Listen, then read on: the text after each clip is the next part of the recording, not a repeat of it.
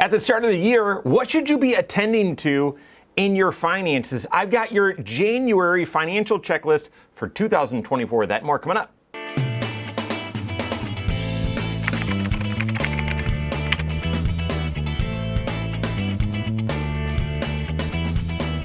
My name is Mike Bernard. I'm the host of the Wise Money Show. I'm also one of the certified financial planners right here at Korhorn Financial Group. Make sure you hit that subscribe button, turn on notifications, and smash that thumbs up button. All right, as the year turns over, and I'm not talking about New Year's resolutions or anything like that, there are certain things that you need to attend to in your financial life, either because it's just a convenient time to do them right at the beginning of the year, set yourself up for the new year, and other reasons is, well, there's changes that happen with the new year. So what should be on your radar screen? What's your financial checklist for January 2024? Well, I've got 5 items. This isn't all of them, but these are the top 5 things you need to do in your finances right now, January 2024. The first, and it's blocking and tackling. It's going to give you hives as soon as I say it, but guys, it is foundational to your financial life, and that is you need to update your budget. You need to update your budget. And I know what you're thinking. That's boring, number 1. Number 2, who sticks to a budget? Number 3, haven't you heard about inflation? All those reasons and more are, yes, you do need it. It's the blocking and tackling. It's the foundation to having long-term financial success. This is squarely within the 6 areas of your financial life, specifically your present financial position. But if you don't get your budget right, it's going to wreak havoc in your protection plan. It's going to make it harder to capture tax planning opportunities, or you won't be able to invest as much or save as much for your retirement. And so this one thing, updating your budget, it has ripple effects. It has lots of impact in the rest of your financial life and your overall financial success. So January is a great time to update your budget, but I would also say it's a necessary time to update your budget because many people, not everyone, many people see their income change to start the beginning of the year. Not everyone gets a raise, not everyone gets a bonus, but many people do. Or maybe your hours shift, or maybe there's some other adjustments. And it's a good time to recalibrate in the month of January, right at the beginning of the year, how your income may be changing for the foreseeable future that you can budget off of. Second, a lot of your goods and services or the expenses that you have, they may reset prices or update prices going into the new year. Some subscriptions, maybe health insurance changes at the beginning of the year. There are other things that could change at the beginning of the year that you want to update in your expenses. And then finally, within that budget, a budget alone is not enough. You need a full 3 bank account system, and we've talked about that a lot. Make sure you digest some of the other videos and content on this channel about what that is, but saving up in advance for known upcoming expenses. You do that out of your monthly income, out of your budget, but that money is directed into bucket number 2, and it's saved up for an upcoming expense. Well, on a periodic basis, every 6 months or so, you should recalibrate and and kind of reanalyze, not re-update, reanalyze where, how much you think you need to be saving up for each of those goals. Maybe those known upcoming expenses have changed. Maybe you've got new ones. Maybe some existing ones can drop off. Maybe the amounts change. And I'm thinking vacations. I'm thinking gifts and anniversaries, birthdays, those sorts of things. Maybe insurance expenses, insurance premiums, maybe home projects or car repairs or new car purchases, those sorts of things. It's important to recalibrate, and in that recalibration, you'll update how much you should be saving towards that bucket number 2, towards your delayed spending. So you're going to want to update that at the same time because that feeds into your monthly budget. Right at the beginning of the year, here in January, update your budget. Second, and this goes hand in hand, I'm just going to connect a couple dots here. How much of that budget, how much of your income are you actually harnessing and helping to build wealth and using it to build wealth? Let's be honest, it goes towards giving, it goes towards debt, it goes towards taxes, it goes towards consumption. How much can you actually hold on to help you build wealth? Paying down debt does help you build wealth, but saving up as well for retirement, for your future, into an emergency fund, whatever it is, saving also helps you build wealth. And so in January or right near the beginning of the year, it's a great time to update your net worth. Why? Why would you go through the practice, the discipline of adding up, here's how much I have in cash, here's how much I have in all my investments, here's what my property values are and what I own. So these are all my assets.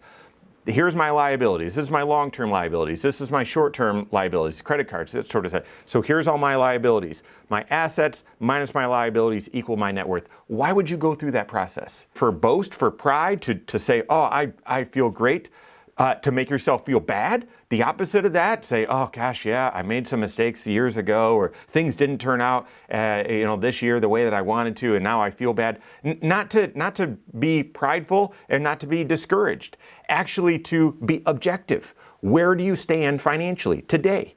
And that's okay if you don't like the picture. We've all made financial mistakes, but objectively, where do you stand today financially? That's the only shot you have at saying, well, am I making progress in my financial life? So here's where I am today.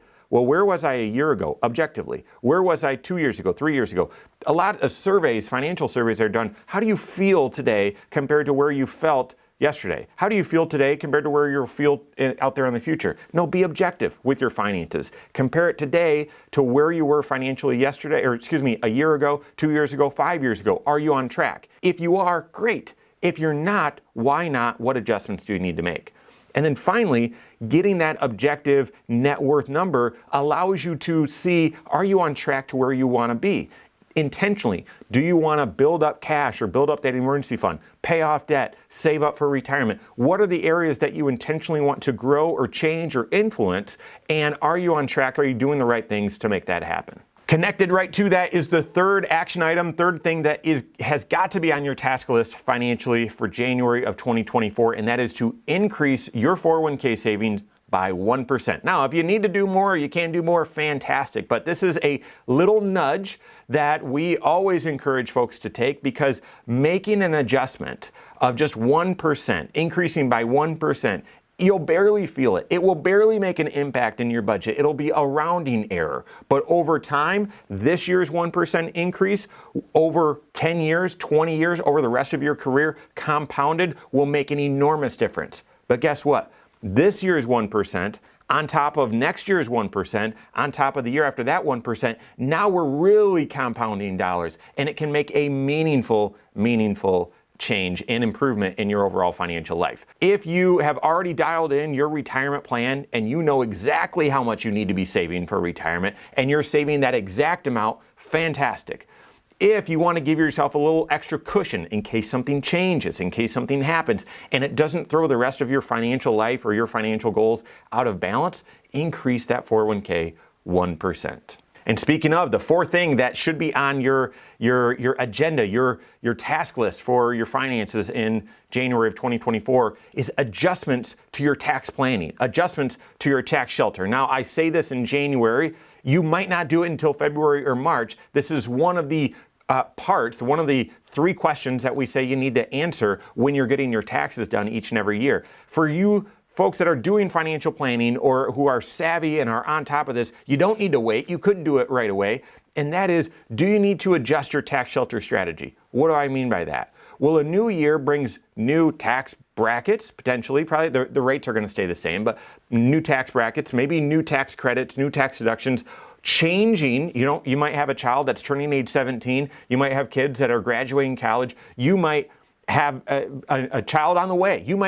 Your tax picture is changing. Therefore, should you continue to contribute pre-tax? Should you shift to Roth? Should you do a little bit of both? Should you do a Roth conversion? Should you increase what you're contributing to your HSA? Should you decrease what you're contributing to your HSA? Should you contribute more or less or the same amount to your 529 plan? Recalibrating and looking at your tax shelter strategy, your tax planning opportunities right now allows you the ability to use the entire year to influence your tax picture versus waiting until the end of the year thinking, yeah, with where my income is, I should have done Roth to my 401k and instead of pre-tax. You could always do a Roth conversion then. However, then you've got to figure out the taxes and all that sort of stuff. Knowing those things, recalibrating, coming up with your plan in January is a much superior approach. And then finally, 5th item on your financial to-do list in January, rebalance your investments. If you're working with a certified financial planner who's been helping you with your financial planning, helping you manage your investments, this should be happening automatically as well. But as we look back on how the markets performed in 2023, they surprised everyone. They surprised everyone, unless you were someone that expected a surprise, which is us at all times. You can't predict the future. And but it was much better than what many people expected. Once again, large U.S. stocks outperformed everything else. Your portfolio might be a little bit out of balance. Maybe time for you to trim some of those gains, reinvest some from some of those bloated areas to areas that have cyclically underperformed and need to be fed a little bit. Plus, rebalancing your investments gives you the opportunity to ensure that you're taking the right level of risk for your situation. Work with your CFP. Make sure you get that done in January as well. You might have other items on your financial to-do list, but those are the top 5 that I'd encourage you to do, take action on in your finances in January 2024. Work with your certified financial planner on that. See what adjustments you need to make, see what approach you need to take to each of those 5s, and what else is on your list. If you don't have a CFP on your team, you can contact one on my team. Find us online, Korhorn.com. That's Korhorn with K, wisemoneyshow.com. You can find us there as well, or you can send us an email, info@korhorn.com. All right, there you have it. Go out and take your next wise step in your financial life.